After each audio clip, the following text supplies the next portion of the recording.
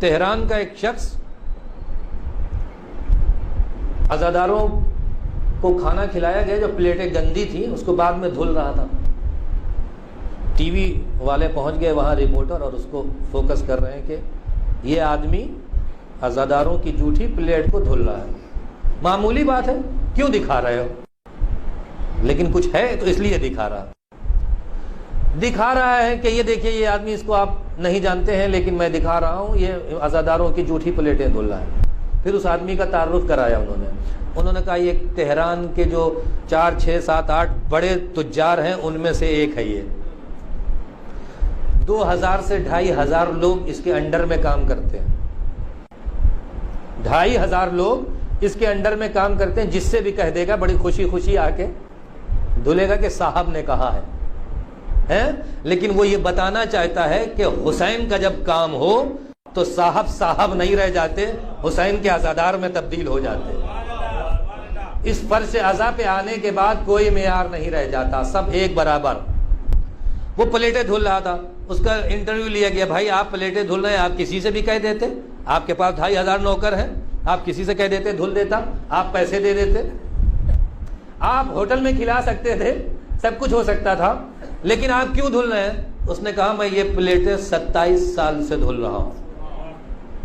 اچھا وجہ کیا ہے، علت کیا ہے؟ کہا جب پہلی مرتبہ دھلنے آیا تھا تو ایک مزدور کی حیثیت سے آیا تھا، مجھے کام نہیں مل رہا تھا، کہیں ادھر ادھر ٹہل رہا تھا. کسی نے کہا وہ پلیٹیں دھل دو تو چند پیسے دوں گا، میں خود بھی شیعہ، پلیٹیں دھل دو تو چند پیسے دوں گا. میں آیا اور مولا کی پلیٹیں دھلنے لگا پیسوں کے لیے. توجہ چاہتا ہوں عزیزان محترم، میں آیا، میں نے کہا ایک کام مل گیا ہے، پلیٹیں دھلنے لگا. ابھی چند پلیٹیں دھلی تھیں، پھر میں نے سوچا اما کمانے کے لیے تو بہت ہے، حسین کے عزاداروں کی پلیٹیں دھل کے کیا پیسہ لینا. دیکھیے فکر، دیکھیے جب فکر پاک ہوتی ہے تو حسین کی طرف سے عطا ہوتا ہے.